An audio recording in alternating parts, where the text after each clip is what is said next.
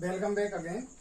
तृतीय भाग में आपका स्वागत है। ये हमारा तीसरा वीडियो है जिसमें हम चर्चा करेंगे अपरिमेय संख्याओं और वास्तविक संख्याओं के बारे में। पिछले वीडियो में हमने चर्चा की थी पूर्णांकों और परिमेय संख्याओं के बारे में। तो अपने विषय पर जाने से पहले मैं हमेशा की तरह 4 लाइनें आपको पेश करता हूँ, सुनिएगा कि जरा सब्र रख ए बंदे, जरा सब्र रख ए बंदे, रंग लाएगी तेरी मेहनत, चमकेगी तेरी किस्मत, अखिल ब्रह्मांड में तेरा शोर होगा। रंग लाएगी तेरी मेहनत, चमकेगी किस्मत, अखिल ब्रह्मांड में तेरा शोर होगा।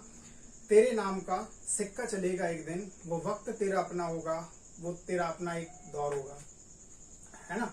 तो आज हम बात करेंगे पहले हम बात करते हैं अपरिमेय संख्याओं के बारे में। तो सबसे पहले ये जानते हैं कि अपरिमेय संख्याएं क्या होती हैं। अपरिमेय संख्याएं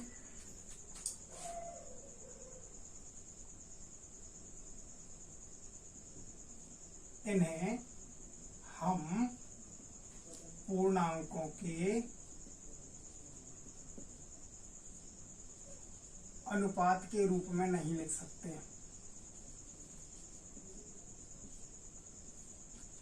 अनुपात के रूप में नहीं लिख सकते।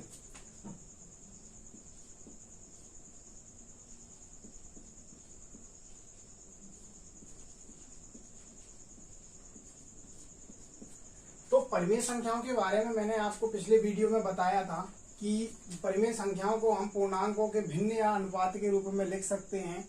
चूंकि हिंदी भाषा में किसी भी शब्द के आगे अगर हम आ लगा दें तो उसका अर्थ विपरीत हो जाता है। तो ऐसे ही अपरिमेय संख्याओं के साथ है कि इन्हें हम पूर्णांकों के अनुपात या भिन्न के रूप में नहीं लिख सकते।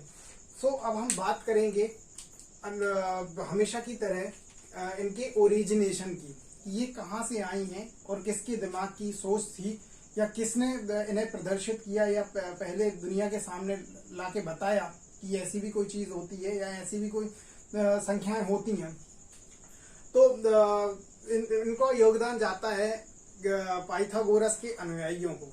400 ईसा पूर्व में पाइथागोरस के अनुयायियों या यूं कहें कि पाइथागोरस के शिष्यों ने सबसे पहले इनकी व्याख्या दी थी कि अपरिमेय संख्याएं होती हैं या इनसे हमें अवगत कराया था अपरिमेय संख्याओं के बारे में। ठीक है। फिर क्रमशः धीरे धीरे वक्त गुजरता गया तो आगे और चीजें बढ़ती चली गई। तो क्रोटोन एक जगह है जहाँ के एक हिप्पॉक्स नाम के गणितज्ञ हुआ करते थे। तो उन्होंने आगे की चीजों को बताया कि वर्गमूल 2 एक अपरिमेय संख्या है ना। और फिर इसके बाद 20-25 साल और गुजर जाने के बाद साइरिन एक जगह है, थियोडोरस एक गणितज्ञ थे। तो साइरिन के थियोडोरस ने बताया कि वर्गमूल 2 ही नहीं, वर्गमूल 3, वर्गमूल 5, वर्गमूल 6, वर्गमूल 7 और वर्गमूल 11 ऐसी कई संख्याएं भी अपरिमेय संख्याएं कहलाती हैं, है ना। सो अब मैं अपरिमेय संख्याओं में मैं पहले अवगत कराता हूं आपको पाई से। ठीक है। तो पाई पर हम चर्चा करने से पहले जान लेते हैं कि पाई बहुत पहले से गणितज्ञों की चर्चा का विषय बना रहा है, आज भी है। और आप काफी पाई के बारे में आप काफी कुछ पढ़ेंगे आगे की क्लासेस में भी। आपने पहले भी बहुत कुछ पढ़ा होगा पाई के बारे में। तो पाई के बारे में सबसे पहले श्रेय जाता है पाई के लिए सबसे पहले श्रेय जाता है आर्किमिडीज को। यूनान के आर्किमिडीज ने पाई के दशमलव प्रसार के बारे में जानकारी दी थी। पाई का जो दशमलव प्रसार है, जैसे कि हम पाई की वैल्यू अभी हम पाई की वैल्यू जो कंसीडर करते हैं, पाई का कोई शुद्ध मान नहीं है। पाई कोई शुद्ध मान अभी तक प्राप्त नहीं है, इसलिए ये एक चर्चा का विषय है। सो पाई की वैल्यू अभी हम लेते हैं 1, 4, 1, 6, है ना। तो ऐसे ही पाई के बारे में आर्किमिडीज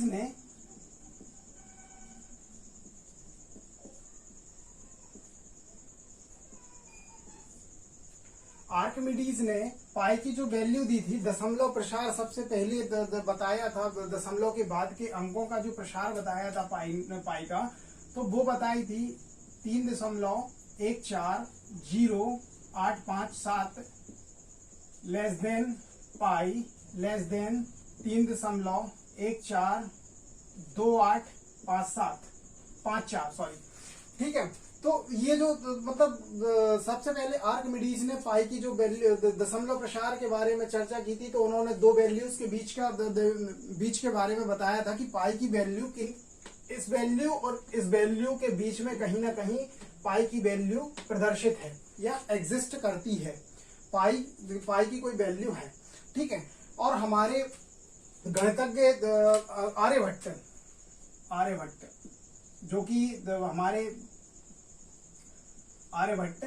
जो कि हमारे हिंदुस्तान के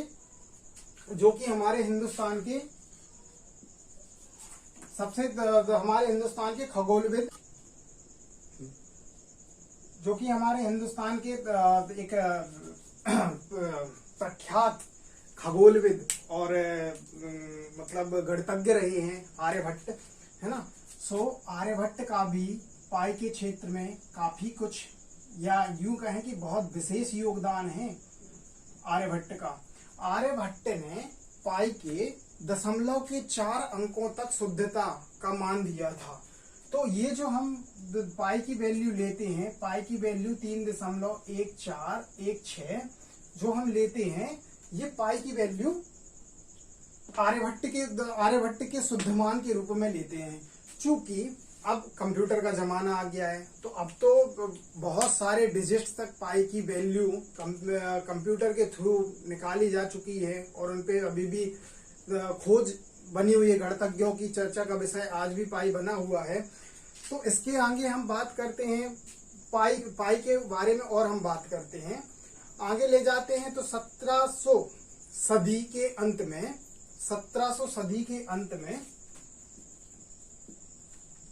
1700 सदी है ना, 1700 सदी के अंत में दो गणितज्ञ थे, लैम्बर्ट और लेजेंड्रे। 1700 सदी के अंत में दो गणितज्ञ थे, लैम्बर्ट और लेजेंड्रे, जिन्होंने सबसे पहले हमें अवगत कराया कि पाई भी एक अपरिमेय संख्या है। पाई एक अपरिमेय संख्या है। तो इसका योगदान किसे जाता है? लैम्बर्ट और लेजेंड्रे को। पाई को अपरिमेय संख्या घोषित करने का योगदान जाता है लैम्बर्ट और लेजेंड्रे को, है ना।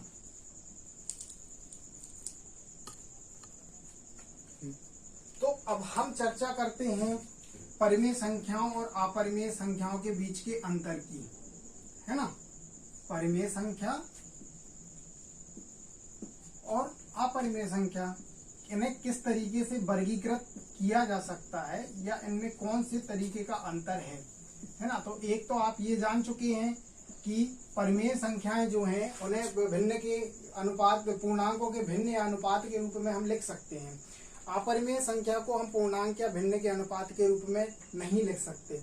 तो यहीं से एक अंतर आता है कि जब पूर्णांकों के भिन्न और अनुपात की हम चर्चा करते हैं, तो जैसे 1/3 की हम चर्चा करते हैं, तो 0.3333 ऐसा कुछ समथिंग, और एप्सिलॉन सो मैनी वैल्यूज तक डिजिट मिलती चली जाती है।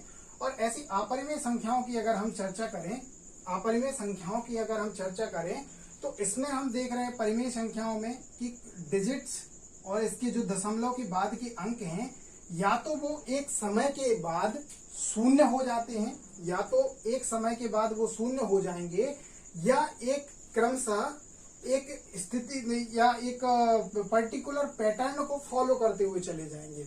या तो एक डिजिट के बाद शून्य हो जाएंगे, या तो ये सब चीजों को रिपीट करते चले जाएंगे, है ना, पुनरावृत्त होते चले जाएंगे।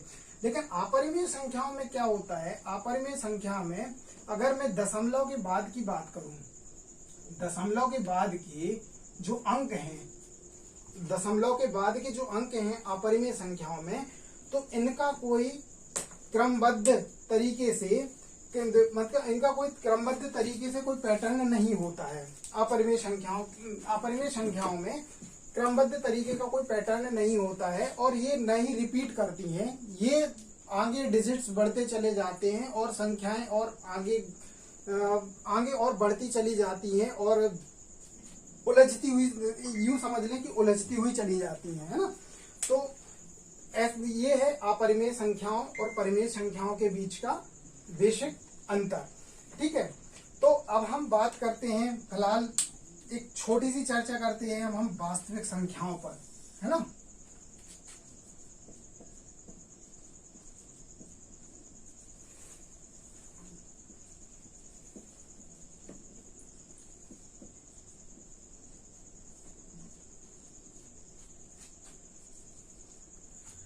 तो अब हम चर्चा करते हैं वास्तविक संख्याओं के बारे में कि वास्तविक संख्याएं क्या हैं।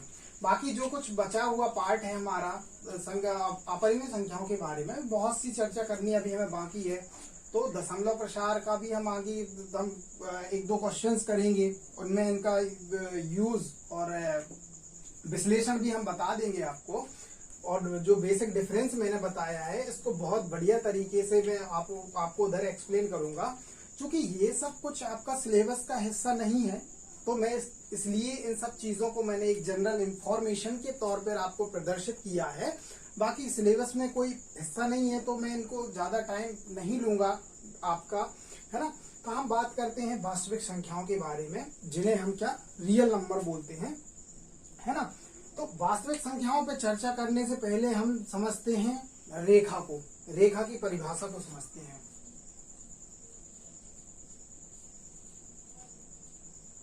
रेखा क्या है? रेखा है अंततः बिंदुओं का क्रमशः संचारण। ठीक है, कि बिंदुओं का अनंत तक क्रमबद्ध संचारण या विस्तार, उसे हम बोलते हैं रेखा। या रेखा को कुछ यूं तक, जैसे कि मैं आपको समझाता हूं, ये मैंने एक पॉइंट लिया, ये भी एक पॉइंट लिया, ये भी पॉइंट लिया। ऐसे में अगर क्रमशः क्रमबद्ध तौर पर पॉइंट और बिंदु लेता जाता, विस्तार करता चला जाता हूं बिंदुओं का, तो इससे हमें एक रेखा का निर्माण हो जाता है ना। तो अंततः बिंदुओं का क्रमशः संचारण, मैं लिख देता हूं।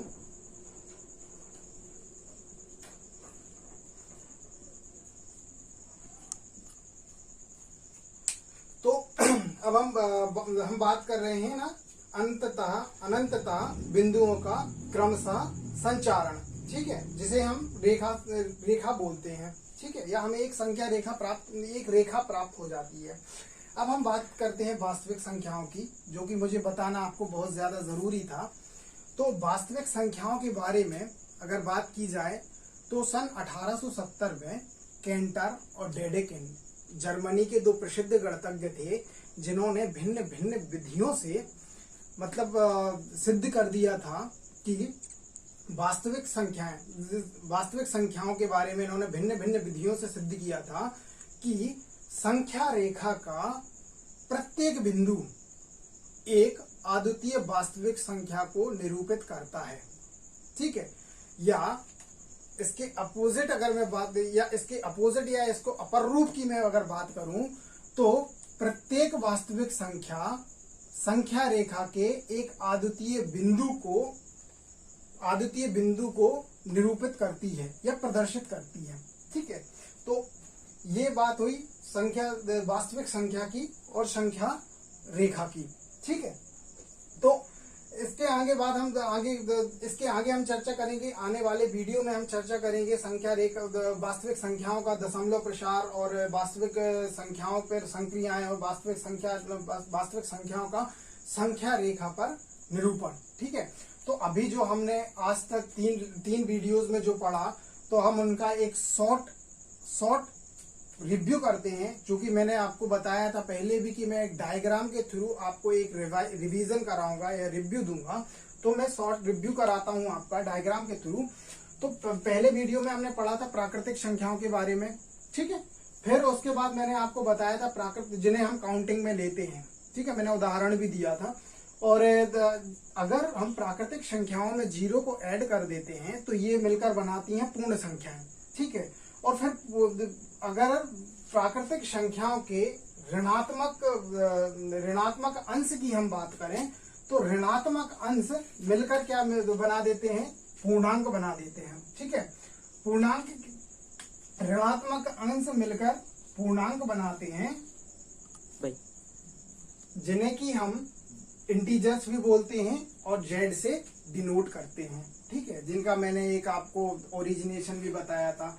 फिर उसके बाद हमने चर्चा की थी परिमेय संख्याओं के बारे में। परिमेय संख्याएं जिन्हें कि हम भिन्न पूर्णांकों के भिन्न के रूप में प्रदर्शित कर सकते हैं या भिन्न अनुपात के रूप में हम लिख सकते हैं, ठीक है। तो यहाँ पे मैंने दो चीजों को रेड पेन से मार्क किया हुआ, लिखा हुआ है, एक 0 को और एक 22/7 को। तो 0 एक परिमेय संख्या है, इसका मैंने एक विस्तृत आपको विवरण दे दिया था। हम अभी चर्चा करते हैं 22/7 की। तो 22/7 को मैंने रेड पेन से इसलिए लिख रखा है क्योंकि इसको मैं 22/7, जो कि हम मैथमेटिक्स में पाई के वैल्यू के रूप में, या यूं कहें कि पाई के निकटतम वैल्यू के रूप में,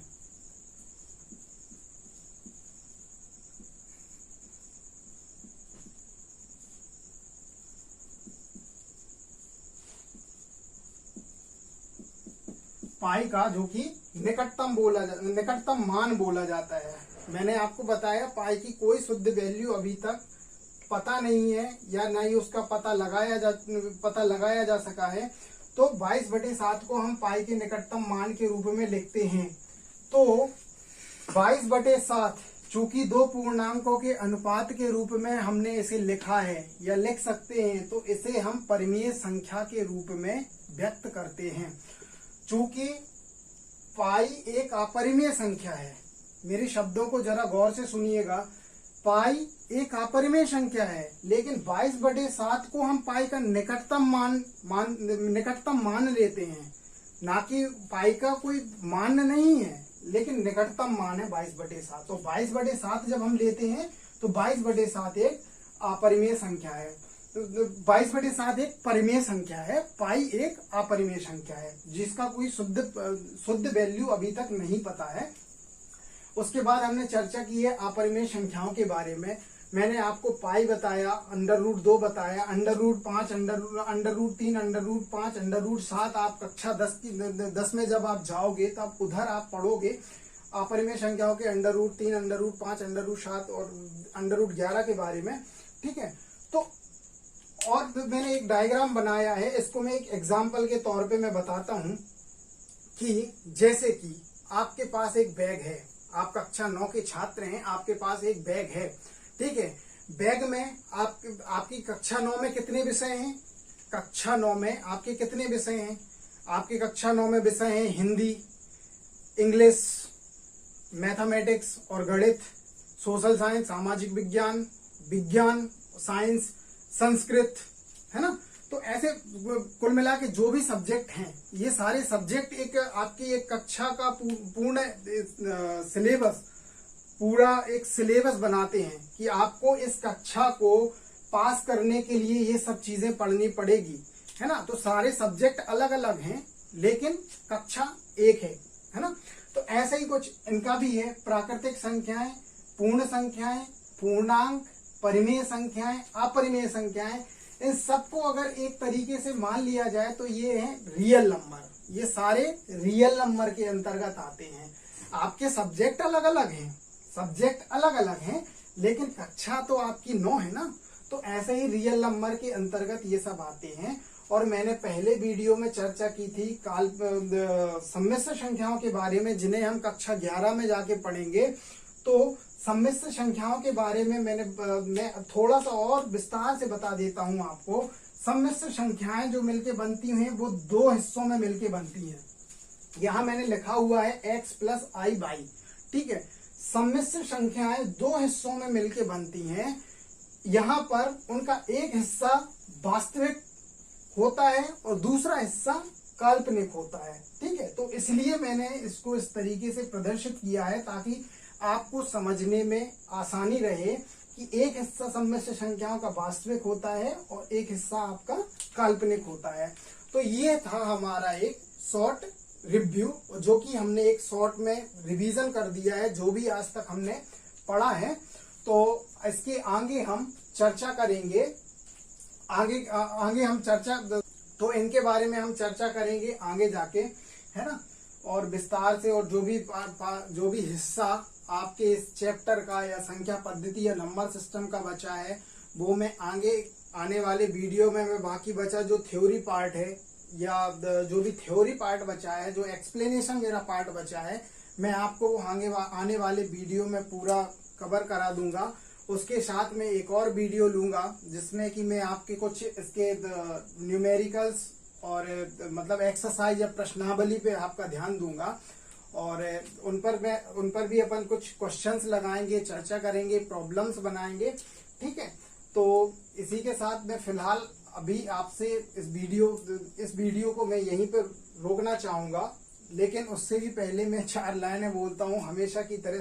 2 लाइनें मैंने पेश की हैं, 2 लिखी हैं, हमेशा की तरह सुनिएगा कि उलझे ख्वाबों में मैं जिद का थोड़ा स्वाद हूँ, उलझे ख्वाबों में मैं जिद का थोड़ा स्वाद हूँ, सब गगन में कैद हैं, मैं पिंजरे में आजाद हूँ।